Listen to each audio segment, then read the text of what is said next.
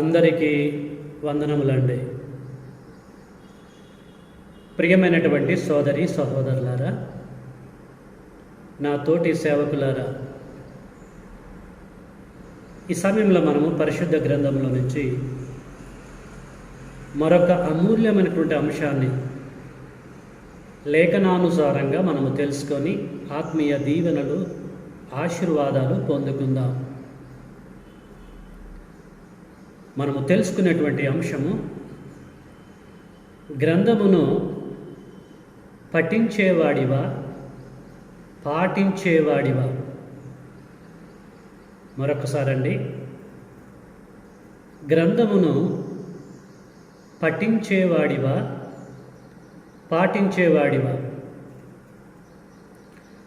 ఇది ఒక అద్భుతమైనటువంటి సబ్జెక్టు కనుక ప్రారంభం నుంచి ముగింపు వరకు బహు జాగ్రత్తగా మీరు విని గ్రహించాలని ప్రేమతో కోరుతున్నాను. ఈ సబ్జెక్టు మనము తెలుసుకోవడానికి ముందుగా ఇంకా మీలో ఎవరైనా నా ఛానల్ని సబ్స్క్రైబ్ చేసుకోకపోతే సబ్స్క్రైబ్ చేసుకోండి, లైక్ కొట్టండి. ఇతరులకు కూడా మీరు షేర్ చేసి సబ్జెక్ట్ని దేవుని యొక్క పనిలో నాతో జత పనివారిగా ఉండాలని ప్రేమతో కోరుతున్నాను. ఏమాత్రం కూడా మనం ఆలస్యం చేయకుండా సబ్జెక్ట్లోకి మనం వెళ్దాం.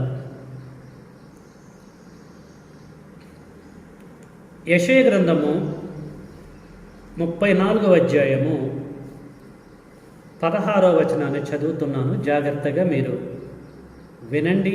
అవసరం అనుకుంటే మీరు బైబిల్ ఓపెన్ చేసి చూసి, అవసరం అనుకుంటే రాసుకోవాలని ప్రేమతో కోరుతున్నాను. మన సబ్జెక్ట్ ఏంటి? గ్రంథమును పఠించేవాడివా, పాటించేవాడివా. ఇది విషయం. ఇప్పుడు మనము యెషయా గ్రంథము 34వ అధ్యాయము 16 చదువుకుంటున్నాం. యెహోవా గ్రంథమును పరిశీలించి చదువుకొనుడి. చాలండి. తండ్రి అయినటువంటి దేవుడు ప్రవక్తలలో పెద్ద ప్రవక్త అయిన యెషయా గారి ద్వారా ఇశ్రాయేలీలకి తెలియచేశాడు ఆ కాలంలో. అంటే ఇది మనకి సంబంధం లేదా అంటే అందరినీ దృష్టిలో పెట్టుకుని తెలియచేశాడండి. యుగాంతమందున్న మనకి బుద్ధి జ్ఞానము కలుగుట కొరకు గ్రంథములో రాయబడ్డవి. ఓకే, ఇక్కడ ఏమంటుండో యెషయా గారంటే యెహోవా గ్రంథమును ఏం చేయాలటండి? పరిశీలించి చదువుకొనుడి అని అంటున్నాడు. గ్రంథము ఎవరిదనంటే యెహోవాదండి. గ్రంథం అన్నా పుస్తకం అన్నా ఒకటే. దాన్ని టోటల్గా పరిశుద్ధ గ్రంథము అని అంటారు. ఇది యెషయా గ్రంథం అని రాయబడ్డ, ఇర్మియా గ్రంథం అని రాయబడ్డ, యెహెజ్కేలు గ్రంథం అని రాయబడ్డ, మనుషులతో ఆ గ్రంథాలు పిలువబడ్డ అవి మనుషులవి కావండి. ఎవరిదంటే తండ్రి అయిన దేవుని యొక్క గ్రంథమని మనం గ్రహించాలి. ఓకే, ఇక్కడ ఏముంటుందంటే యెహోవా గ్రంథమును పరిశీలించి చదువుకొనుడి అని అంటున్నాడు. చదువుకొనుడి అంటే దాని అర్థం ఏంటిదండి? చదవటము అంటే ప్రియులారా పఠించటము, అంతే కదండి. బాగా పఠించాలి, దేవుని గ్రంథాన్ని బాగా పఠించాలి అని అంటారు. పఠించటము అని అంటే మరొక అర్థం కాదు కానీ చదవటమేనండి. పఠించటం అన్నా చదవటం అన్నా ఒక్కటే. ఓకేనండి, రైట్. మన సబ్జెక్ట్ ఏంటి? గ్రంథమును అంటే పరిశుద్ధ గ్రంథమును పఠించేవాడివా, పాటించేవాడు అంటే ఇక్కడ ఏమంటున్నాడంటే యెషయా గారు పరిశీలించి చదువుకొనుడి అని అంటున్నాడు. అంటే పరిశీలించి పఠించుడి అని దాని అర్థం. అంటే ప్రియులారా, ఇది ఎలాగ మనకు అర్థమైందంటే దేవుడి యొక్క గ్రంథాన్ని మనం పఠించాలి, పఠించేటువంటి వారుగా మనం ఉండాలి అన్నట్టుగా అర్థం కావట్లేదా? అర్థమవుతుంది. కాబట్టి ఈ యొక్క లేఖనాన్ని బట్టి, ఇంకా బైబిల్లో ఇతర పుస్తకాల్లో ఉన్నటువంటి లేఖనములను బట్టి చాలామంది క్రైస్తవులు, సేవకులు, బైబిల్ పండితులు ఏం చేస్తున్నారంటే బైబిల్ని దగ్గర పెట్టుకొని బైబిల్ ఓపెన్ చేసి బాగా పఠిస్తున్నారు, అంటే చదువుతున్నారు. ఈ మధ్యలో ఈ పఠించటం ఎక్కువైపోయిందండి. ఈ లాక్డౌన్ పీరియడ్లో, దానికంటే ముందు కరోనా ఎప్పుడు ప్రారంభమైందండి? 2020లో. ఈ 2020 నుంచి క్రైస్తవ్యం ఏం చేస్తుందంటే టైం వేస్ట్ చేయకుండా ఒక ప్లాన్ ప్రకారంగా బైబిల్ని కంప్లీట్ చేయాలి, అవసరం అనుకుంటే అనేక సార్లు కంప్లీట్ చేయాలని చెప్పేసి ఆది కాండం కానించి ప్రకటన గ్రంథం వరకు బాగా బాగా పఠిస్తున్నారు, అంటే చదువుతూ ఉన్నారు. ఎందుకు చదువుతున్నారు అంటే ఇక్కడ యెషయా గారు చెప్పారు కదా, యెహోవా గ్రంథమును పరిశీలించి చదువుకొనుడి, అంటే పఠించుడి అని చెప్పాడు కదా.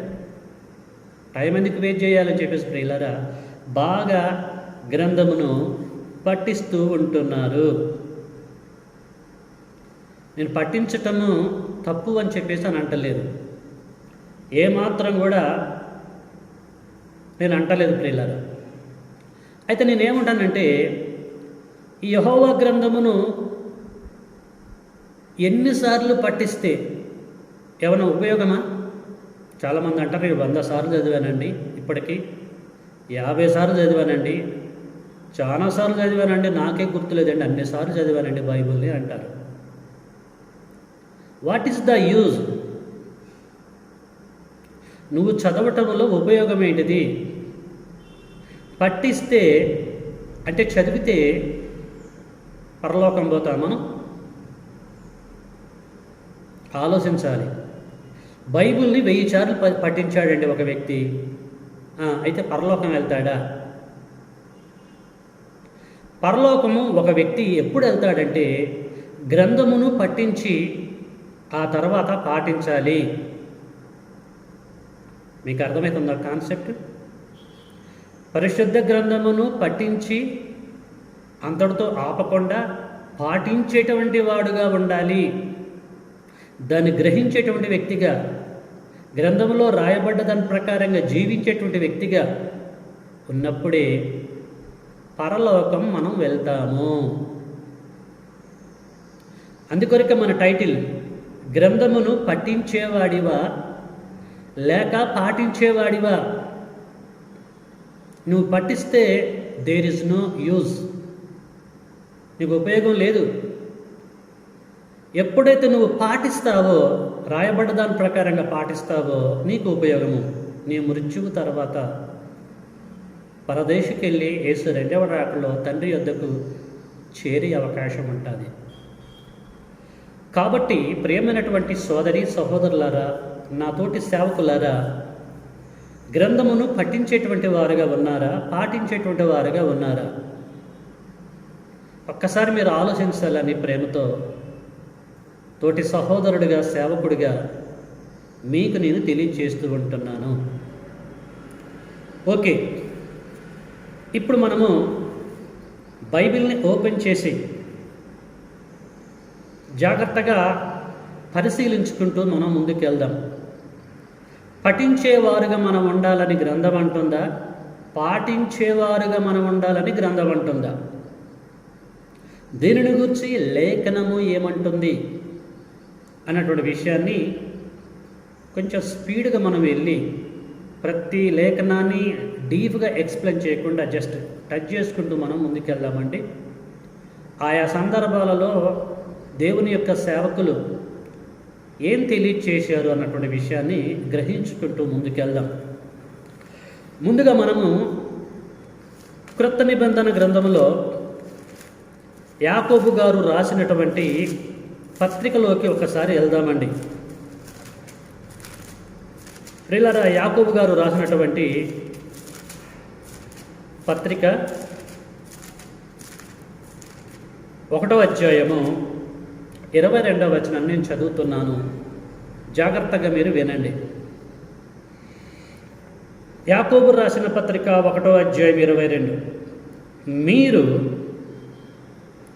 వినువారు మాత్రమై ఉండి, అంటే దేవుని యొక్క వాక్యం బోధిస్తున్నప్పుడు చాలామంది వినటానికి ప్రయత్నం చేస్తారు. లైక్ రేడియో శ్రోతలుగా. శ్రోతల పని ఏంటంటే వినటమే, చూడటమే. ఈరోజు క్రైస్తవ్యం అలాగుందండి. వినటానికి, చదవటానికే ప్రయత్నం చేస్తున్నారు. యెహోవా గ్రంథమును పరిశీలనతో చదవటానికే ప్రయత్నం చేస్తున్నారు, పఠించటానికే ప్రయత్నం చేస్తున్నారు, కానీ పాటించటానికి ప్రయత్నం చేయటం లేదు.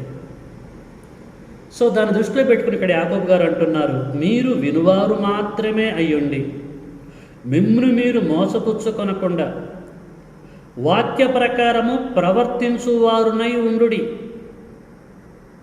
వాక్య ప్రకారంగా ప్రవర్తించువారునై ఉండుడి అని అన్నాడంటే దీని అర్థం ఏంటిది?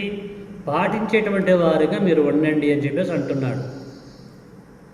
వాక్యం వినటం గొప్పతనం కాదు, వాక్యాన్ని వేలసార్లు చదవటం గొప్పతనం కాదు. ఏమండి, వాక్యాన్ని పాటించేటువంటి వారుగా ఉండాలి అని అంటున్నాడు. అంతే కదండి దీని భావం. మీరు వినువారు మాత్రమే అయ్యుండి మిమ్మల్ని మీరు మోసపుచ్చుకొనకుండా వాక్య ప్రకారంగా ప్రవర్తించువారునై ఉండుడి. అంటే పాటించేటువంటి వారుగా మీరు ఉండాలి తప్ప పఠించేటువంటి వారుగా, వినేటువంటి వారుగా మీరు ఉండొద్దు అని చెప్పేసి యాకోబు గారు ఆయా ప్రాంతాలలో చెదిరి ఉన్న 12 గోత్రముల వారికి శుభమని చెప్పి రాస్తున్నాడు. 1వ అధ్యాయము 1వ వచనం మనం చదివితే. కాబట్టి మనకేమర్థమైంది ఈ మాటలలో? గ్రంథమును, అంటే గ్రంథములో ఉన్నటువంటి ప్రతి ఒక్క మాటని లేక మాటలని పఠించేటువంటి వారుగా కాక పాటించేటువంటి వారుగా ఉండాలని చెప్పేసి తేట తెల్లమవుతూ ఉంటుంది. అంటే భావాన్ని మనం గ్రహించుకుంటూ ప్రియులారా మనం ముందుకెళ్ళాలి.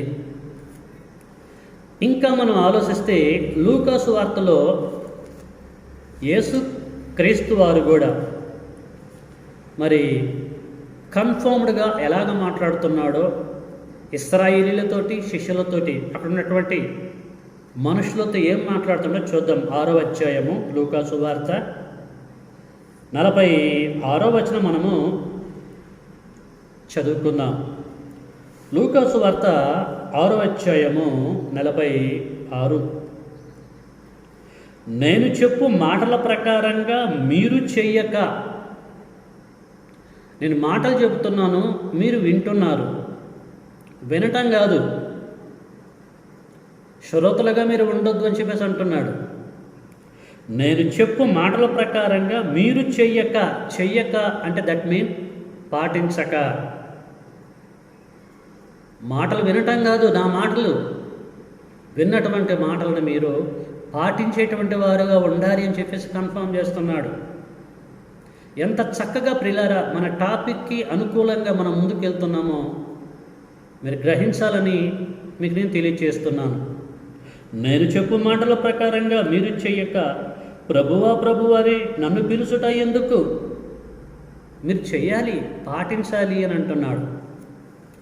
కాబట్టి యేసుక్రీస్తు వారి యొక్క మాటలు వినొద్దు అంటే వినటం తప్పు కాదు, ఆ మాటల్ని చదవటం కూడా తప్పు కాదు. విని చదివి పాటించేటువంటి వారుగా మనం ఉండాలి, పఠించేటువంటి వాడుగా కాదు,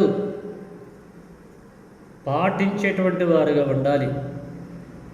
ఇది యేసుక్రీస్తు వారి యొక్క సంకల్పంగా, తండ్రి అయిన దేవుడి యొక్క సంకల్పంగా మనకు అర్థమవుతూ ఉంటుంది. గ్రంథాన్ని మనం పరిశీలన చేసుకుంటూ ముందుకెళ్తూ ఉంటే అలాగే 11వ అధ్యాయంలో కూడా మరి ఏమని చెప్పబడది అన్నటువంటి విషయాన్ని కూడా ప్రియులారా మనము చదువుకుందాం. 11:28 వచనం, 27, 28 కానీ చదువుతున్నాను, జాగ్రత్తగా మీరు వినండి. ఆయన ఈ మాటలు చెప్పుచుండగా ఆ సమూహంలోనున్నటువంటి ఒక స్త్రీ ఆయనను చూచి, నిన్ను మోసిన గర్భమును నీవు కుడిచిన స్తనములను ధన్యములైనవి అని కేకలు వేసి చెప్పగా, యేసుక్రీస్తు వారు దేవుని యొక్క జ్ఞానం బోధిస్తున్నాడు, పరలోకానికి సంబంధించిన అద్భుతమైన మాటలు తెలియజేస్తున్నాడు. అక్కడ ఉన్నటువంటి మనుషులలో ఒక స్త్రీ యేసుని అప్రిషియేట్ చేస్తుంది, కీర్తిస్తూ ఉంటుంది. ఏమంటుంది? ఆయనను చూసి నిన్ను మోసిన గర్భమును నీవు కుడిసిన స్తనములను ధన్యములైనవి అని కేకలు వేసి చెప్పగా, శభాసమ్మా అని చెప్పేసి అన్నాడా యేసుక్రీస్తు వారు? ఖచ్చితంగా చెప్పావమ్మా, ఉన్నది ఉన్నట్టుగా చెప్పావు అని అన్నాడా? అక్కడ ఏమంటుందంటే 28లో ఆయన అవును కానీ దేవుని వాక్యము విని, దేవుని యొక్క వాక్యాన్ని నేను బోధిస్తున్నానుగా, బోధించే వాక్యం నాది కాదు, అది దేవుని యొక్క వాక్యం. విని దానిని గైకొనేటువంటి వారు, విని దాన్ని ఎవరైతే గైకొంటారో, గైకొనటం అంటే పాటించటం, గైకొనటము ఈక్వెల్ పాటించటం, బోత్ ఆర్ ఈక్వెల్ అండి. పాటించటం అన్నా గైకొనటం అన్నా ఒకటే. ఎంత చక్కగా యేసుక్రీస్తు వారు అంటాడు చూడండి, విని దానిని గైకొను వారు మరీ ధన్యులని చెప్పాను. దేవుని వాక్యం వినటం గొప్పతనం కాదు తల్లి. దాన్ని ఎవరైతే విని గైకొంటారో అంటే పాటిస్తారో వారు మరీ ధన్యులు. నన్ను కన్న గర్భము ధన్యులు అని చెప్పేసి అంటున్నావు కదా, నేను పుడిసిన స్తనములు గొప్పవని చెప్పేసి అంటున్నావు కదా. నేనేం చెప్తున్నా విను. దేవుని యొక్క వాక్యముని విని దాన్ని ఎవడైతే గైకొంటాడో అంటే పాటిస్తాడో, పాటించే ప్రతి ఒక్కరు కూడా మరీ ధన్యులని చెప్పేసి యేసుక్రీస్తు వారు చక్కగా క్లారిటీగా మాట్లాడుతూ ఉంటున్నాడు. ప్రేమైన దేవుని పిల్లలారా, నా తోటి సేవకులారా, అపార్థం చేసుకోకుండా సబ్జెక్ట్ని అర్థం చేసుకోవాలని ప్రేమతో కోరుతున్నాను. కాబట్టి గ్రంథమును పఠించేటువంటి వాడిగా నువ్వు ఉన్నావా? పాటించేటువంటి వాడుగా ఉన్నావా? నువ్వు చెప్పేటువంటి వాడుగా ఉన్నావా? చేసేటువంటి వాడుగా ఉన్నావా? ఒకసారి ఆలోచించు ప్రియరా, బాగా ఆలోచించండి. చాలామంది ఈ మధ్యలో వాట్సాప్ గ్రూపులలో అక్కడెక్కడ దేవుని జ్ఞానం పోస్టులు పెడుతూ ఉంటున్నారు, మంచి ఇన్ఫర్మేషన్ అందిస్తూ ఉంటున్నారు, చాలామంది చదువుతూ ఉంటున్నారు. నేను కాదంటలేదు. అంటే పోస్టులు పెట్టడము, వాటిని చదివితే అది గ్రేటా? లేకపోతే పెట్టినటువంటి వారు, చదివినటువంటి వారు పాటిస్తే గ్రేటా? మీరు ఆలోచించండి. ఈ కోణంలో పాటించాలి. పెట్టి మనము చదివి పాటించను అనుకోండి, ధన్యులము. దేవుని యొక్క వర్షన్ ఇది. క్రియలు లేని విశ్వాసము మృతము, అది వేస్ట్ అని చెప్పేసి ప్రియులారా దేవుని యొక్క సేవకులు తెలియచేశారు కదా. కాబట్టి ఇక్కడ యేసుక్రీస్తు వారు అవును కానీ దేవుని వాక్యం విని దానిని గైకొను వారు మరీ ధన్యులని చెప్పాను. పాటించేటువంటి వాడు ధన్యుడు అని చెప్పేసి ప్రియులారా మనము గ్రహించాలి. ఇదే విషయాన్ని ప్రకటన గ్రంథంలో కూడా యోహాను గారు ఎలాగ రాశారో మనం చూద్దామండి. యోహాను రాసిన ప్రకటన గ్రంథము 1వ అధ్యాయము 3వ వచనం మనం చదువుకుందాం. సమయము సమీపించినది గనుక ఈ ప్రవచన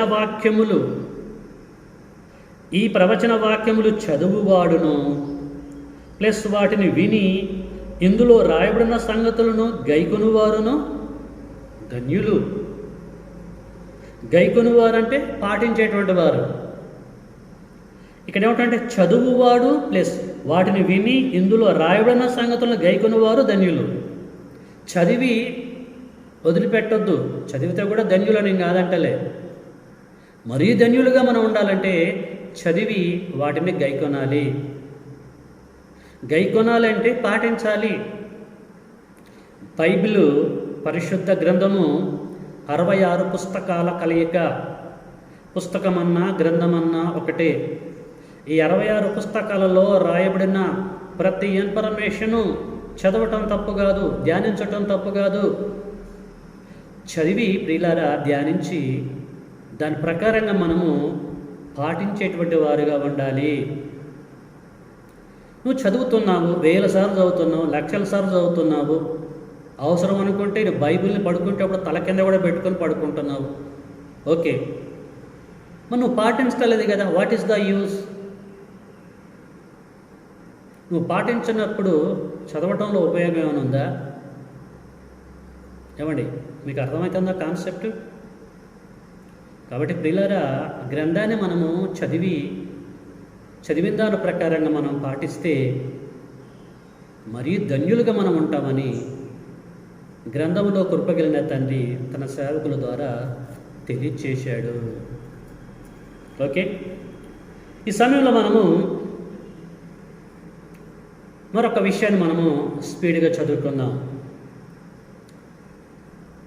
పరిశుద్ధ గ్రంథంలో ఉన్నటువంటి సేవకులు అనేక మంది ఉన్నారు. దేవుడి యందు భయము భక్తి కలిగినటువంటి వారు. వీరందరూ దేవుని యొక్క మాటలని విని వదిలిపెట్టారా, లేకపోతే పాటించారా అనేది మనం ఆలోచించాలి.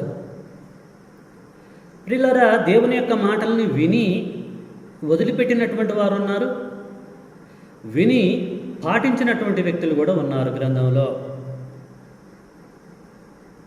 ఇప్పుడు మన సబ్జెక్ట్ని బేస్ చేసుకుని చెప్పుకుంటున్నాం. విని వదిలిపెట్టినటువంటి వారిని గురించి ఇప్పుడు మాట్లాడుకోవట్లేదు, కానీ విని పాటించినటువంటి వ్యక్తుల గురించి మనం ఆలోచిద్దాం. విని పాటించినటువంటి వ్యక్తుల గురించి మనం స్టడీ చేద్దాం, లేక పరిశీలిద్దాం. వారిని బట్టి కొంత ఇన్ఫర్మేషన్ మనం గ్రహిద్దాం. ప్రియులారా, అందరిని గూర్చి ఈ సమయంలో మీకు చెప్పడానికి నాకు సమయం లేదు కనుక ఒక వ్యక్తిని గూర్చి మీకు తెలియజేయాలని ఆశపడుతున్నాను. ఆ వ్యక్తి ఎవరో కాదండి, విశ్వాసులకు తండ్రి అయినటువంటి అబ్రహాము. విశ్వాసులకు భూమండలం మీద ఎంతమంది అయితే విశ్వాసులు ఉన్నారో వారందరికీ ఆత్మ సంబంధమైనటువంటి తండ్రి అబ్రహాము. ఈ యొక్క అబ్రహాము యొక్క చరిత్రను మనం పరిశీలన చేస్తే దేవుని యొక్క మాటలని విని వదిలిపెట్టలేదండి. విని పాటించాడు. ఒక్కసారి కాదు, రెండోసార్లు కాదు, అనేక సందర్భాల్లో ఆయన చనిపోయేంత వరకు విని పాటించినటువంటి వ్యక్తి ఆయన గ్రంథంలో రికార్డ్ చేయబడ్డాడు. ఆయన ఇన్ఫర్మేషన్ అంతా రికార్డ్ చేయబడ్డది. ఈ సమయంలో అన్ని సందర్భాలు మనము చూడదులే, కానీ ఒక ప్రారంభపు సంగతిని మనము చూసుకుందామండి. అబ్రహాము గారు ప్రారంభంలో కల్దీల దేశంలో ఉన్నప్పుడు తండ్రి దేవుడు అతన్ని పిలుచుకొని అతనితో మాట్లాడినప్పుడు, దేవుడు అబ్రహాంకి పనప్ప చెప్పినప్పుడు అబ్రహాం ఏం చేశాడు? విని వదిలిపెట్టాడా, పాటించిండా అనేటువంటి విషయాన్ని మనం చూసుకుందాం.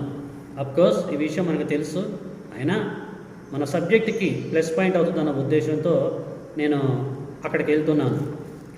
ఆదికాండము 12వ అధ్యాయంలోకి వెళ్దామండి. ఆదికాండము 12వ అధ్యాయంలో 1 నుంచి 4 వరకు నేను చదువుతున్నాను. జాగ్రత్తగా మీరు వినండి. ఆదికాండం 12వ అధ్యాయం 1 నుంచి 4 వరకు. యెహోవా, నీవు లేచి నీ దేశము నుండి, నీ బంధువుల యొద్ద నుండి, నీ తండ్రి ఇంట నుండి బయలుదేరి నేను నీకు చూపించే దేశమునకు వెళ్ళుము. నిన్ను గొప్ప జనముగా చేసి నిన్ను ఆశీర్వదించి నీ నామమును గొప్ప చేయుదును. నీవు ఆశీర్వాదముగా ఉందువు. నిన్ను ఆశీర్వదించు వారిని ఆశీర్వదించదును, నిన్ను దూషించు వారిని శపించదును. భూమి యొక్క సమస్త వంశములు నీ యందు ఆశీర్వదింపబడిన అబ్రహాముతో అనగా. దేవుడు తెలియజేయవలసిన సంగతులన్నీ కూడా అబ్రహాముకు తెలియజేశాడు. నీ దేశం నుంచి, నీ బంధువుల దగ్గర నుంచి నేను చూపించే దేశానికి నువ్వు వెళ్ళు. నువ్వు వెళ్తే నీకేంటి బెనిఫిట్ అని నువ్వు అనుకుంటావేమో. నేను దీవిస్తాను, నిన్ను ఆస్వాదిస్తాను, సైన్స్ అని చెప్పేసి తెలియజేశాడు. అప్పుడు అబ్రహాము విన్నాడు కదా, దేవుని యొక్క మాటలని విని పక్కకు పెట్టేశాడా, లేక పాటించాడా? పఠించేటువంటి వాడుగా ఉన్నాడా, పాటించేటువంటి వాడుగా ఉన్నాడా అని మనం ఆలోచిస్తే ఈ 12వ అధ్యాయము 4లో పరిశుద్ధాత్ముడు ఎలాగా రాయించాడో చూద్దాం. అబ్రహాం గారి గురించి 12:4. యెహోవా అతనితో చెప్పిన ప్రకారము అబ్రహాము వెళ్ళెను, లోతు అతనితో కూడా వెళ్ళెను. అబ్రహాము అరాను నుండి బయలుదేరినప్పుడు 75 ఏళ్ళ ఈడు గలవాడు. ఇది విషయం అండి. ఏం రాయబడ్డది? యెహోవా అతనితో చెప్పిన ప్రకారం అబ్రహాము వెళ్ళెను. అంటే దీన్ని ఎలాగ మనం అర్థం చేసుకోవాలి? విని, దేవుడి యొక్క మాటలు విని వదిలేసిండా? దేవుని యొక్క మాటల్ని విని పాటించిండండి? ప్రియులారా, అబ్రహాము పాటించేటువంటి వాడుగా ఉన్నాడే తప్ప పఠించేటువంటి వాడుగా, వినేటువంటి వాడుగా లేడండి. పాటించిండు. అబ్రహాము దేవుని విషయంలో అన్ని విషయాలలో పాటించాడు దేవుడి యొక్క మాటలని. దేవుడు చెప్పిన ప్రతి దాన్ని కూడా పాటించాడు లేక నెరవేర్చాడు. ఈ ఒక్క సందర్భంలోనా ప్రియులారా? అనేక సందర్భాలు. లేక ఒక కుమారుడు పుట్టినప్పుడు నా కొరకు తీసుకెళ్ళి మోరియా కొండ మీద బలర్పించన్నప్పుడు, అదేంది తండ్రి, లేక కుమారుడిని ఇచ్చావు, తీసుకెళ్ళి బలర్పించమంటున్నావు, మీకు ఇది న్యాయమా, ఇది ధర్మమా అని చెప్పేసి అనడా అండి? దేవుడు చెప్పిన ప్రకారంగా బలర్పించడానికి సిద్ధపడ్డాడు. తెలుసు కదా, ఇవన్నీ ఉన్నాయి కదా ఆదికాండం 18వ అధ్యాయంలో. ప్రియులారా, మనకు తెలిసిన సంగతులే కదండి ఇవన్నీ కూడా. 22వ అధ్యాయం అండి, క్షమించండి, ఉన్నాయి. 22వ అధ్యాయంలో తన కుమారుడైన ఇస్సాకుని బలి అర్పించడానికి వెళ్ళాడు. అంటే దాని అర్థం ఏంది? పాటించాడు ప్రియులారా. 1, 2, 3 సందర్భాలు కదా, అన్ని సందర్భాల్లో దేవుని యొక్క మాటల్ని పాటించాడు. పట్టించలేదు, పక్కకు పెట్టలేదు, పాటించిండు. కాబట్టే అబ్రహామును గూర్చి తండ్రి అయిన దేవుడు ఏం సెలవిచ్చాడో గ్రంథంలో ఒకసారి మనం చూద్దామండి. 18వ అధ్యాయం, ఆదికాండము 18వ అధ్యాయంలో ప్రియులారా ఏమని తెలియచేస్తుండన్నటువంటి విషయాన్ని మనం చూసుకుందాం.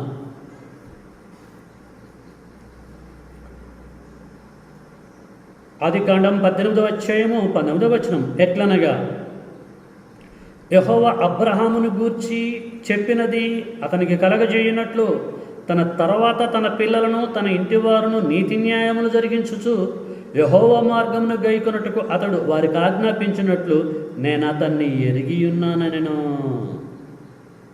యెహోవా మార్గమును గైకొనుటకు అతడు వారికి ఆజ్ఞాపించినట్లు నేను అతన్ని ఎరిగి ఉన్నాను. అబ్రహాము సంగతి అంతా నాకు తెలుసు. అబ్రహాము పాటించేవాడు. అబ్రహాము తర్వాత తన కుమారుల యొక్క కుమారులు, ఆ తరాలలో ఉన్న ప్రతి ఒక్కరు కూడా దేవుని యొక్క మాటల్ని పాటించేటువంటి వారుగా ఉండాలి. పఠించేవారుగా ఉండకూడదు. పాటించేటువంటి వారుగా వారు ఉండాలని తన వంతుగా తాను కృషి చేశాడట. నేను గ్రహించానని చెప్పేసి తండ్రిన దేవుడు అబ్రహాం గురించి ప్రియులారా సెలవిస్తూ ఉంటున్నాడు. కాబట్టి విశ్వాసులకు తండ్రి అయినటువంటి అబ్రహాము పరిశుద్ధ గ్రంథంలో మనకి ఎలా కనపడుతుందంటే పాటించేటువంటి వాడిగా మనకి కనపడుతూ ఉంటున్నాడు. ఏంటి పాటించటము? దేవుని యొక్క మాటలని పాటించేవాడుగా, అంటే ఫుల్ఫిల్మెంట్ చేసేటువంటి వాడుగా, మాటల ప్రకారంగా జీవించేటువంటి వాడుగా ఆయన ఉన్నాడు అన్నట్టుగా మనకి అర్థమైపోతూ ఉంటుంది. అయితే గ్రంథమును మరి పాటించేటువంటి వారికి కలిగే బెనిఫిట్స్ ఏంటి, లేక ఫలితాలు ఏంటి? పఠించకూడదు, ఏమండి, సింపుల్గా వినకూడదు,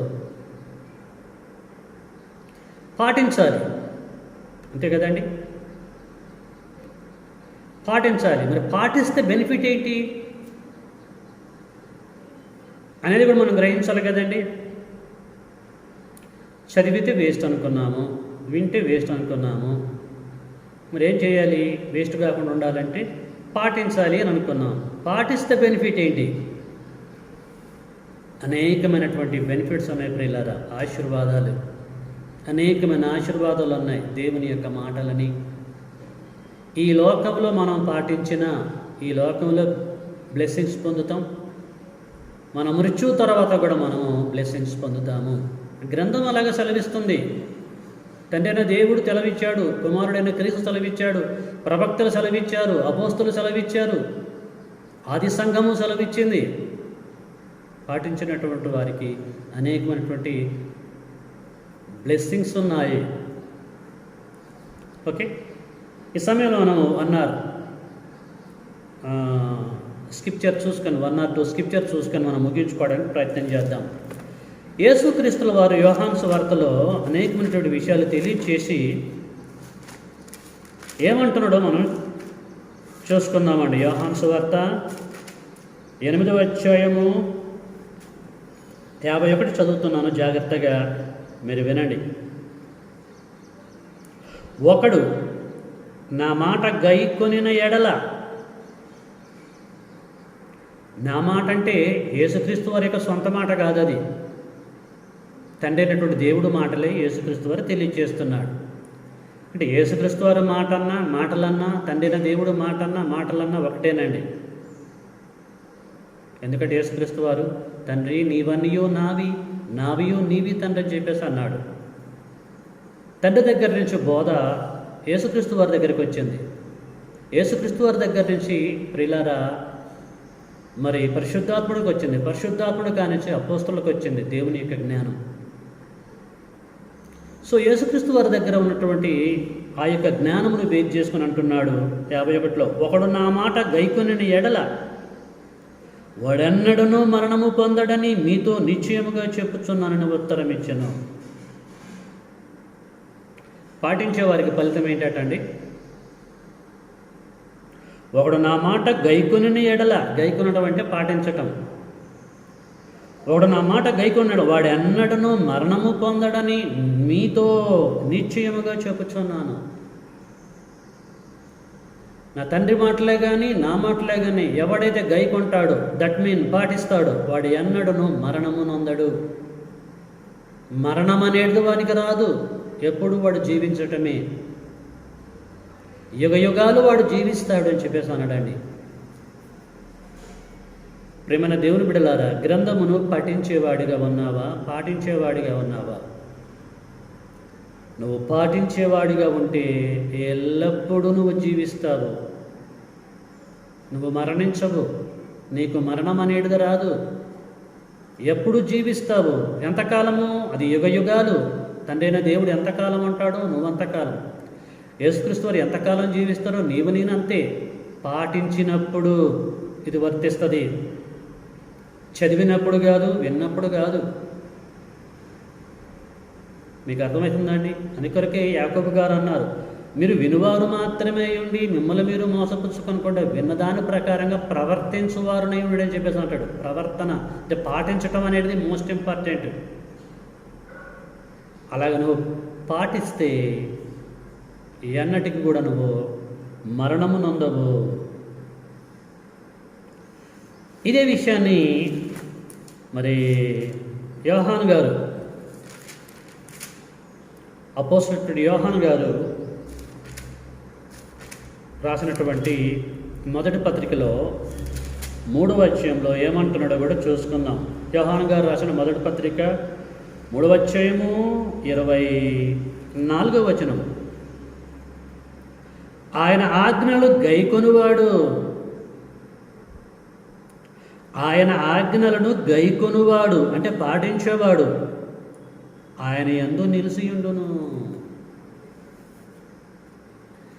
ఆయన ఆజ్ఞలని, తండ్రి అయిన దేవుడి ఆజ్ఞలు కావచ్చు, కుమారుడైన క్రీస్తు ఆజ్ఞలు కావచ్చు, ఎవరైనా సరే ఎవరైతే గైకొంటారో, గైకొనేటువంటి వారు ఆయన యందు నిలుచుంటారు. ఆయన యందు నిలుచుంటే ఏమైనా ప్రాబ్లం అండి? ఆయన అంటు పెట్టుకొని ఉంటే మనం ఏమైనా లాస్ అయిపోతామా? ఆయన పరలోకంలో ఉంటాడు. ఆయన యందు మనం ఉంటే మనం కూడా పరలోకంలో ఉంటాం. ప్రాబ్లం ఏంటి? మరణం అనేది మనకు రాదు. పరలోకంలో యుగ యుగములు మనం ఉండేటువంటి అవకాశం మెండుగా ఉంది ప్రియులారా. చూశారండి? పరిశుద్ధ గ్రంథాన్ని మనం పాటిస్తే ఇక ఇన్ని బెనిఫిట్స్ ఉన్నాయండి. నేను చెప్పాలంటే చాలా ఉన్నాయండి, సమయం లేదు. అనేక కోణాల్లో మీకు చెప్పవచ్చు. గ్రంథమును పాటిస్తే, గ్రంథములో రాయబడినటువంటి మాటల ప్రకారంగా మనం పాటిస్తే అనేకమైనటువంటి బ్లెస్సింగ్స్ మనకు ఉన్నాయి. ఫిజికల్ బ్లెస్సింగ్స్ ఉన్నాయి, స్పిరిచువల్ బ్లెస్సింగ్స్ ఉన్నాయి ప్రియులారా. ఆ బ్లెస్సింగ్స్ నీవు నేను మనము పొందుకోవాలంటే ఏం చేయాలండి? గ్రంథమును పఠించేటువంటి వారిగా ఉండాలా, పాటించేటువంటి వారిగా ఉండాలా? ఆలోచించండి. దీన్ని బట్టి ఎలాగుంది నీ పరిస్థితి? రోజు చదువుతున్నావా బైబిల్ని? 100 సార్లు చదివాను బ్రదర్, 1000 సార్లు చదివాను brother. What is the use నువ్వు పాటించినప్పుడు?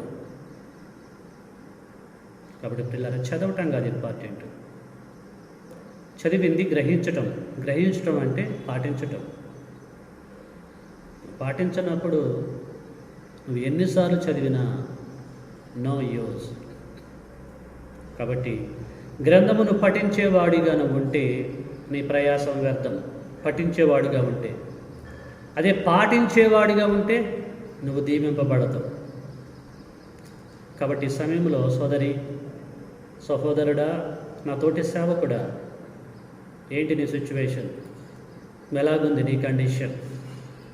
దీన్ని బట్టి నువ్వు అర్థం చేసుకొని ఒక ముగింపుకు రావాలని, పాటించేటువంటి వాడిగా నువ్వు ఉండాలని ప్రేమపూర్వకంగా మీ అందరికీ నేను తెలియచేస్తూ ముగిస్తున్నాను. అందరికీ వందనములండి.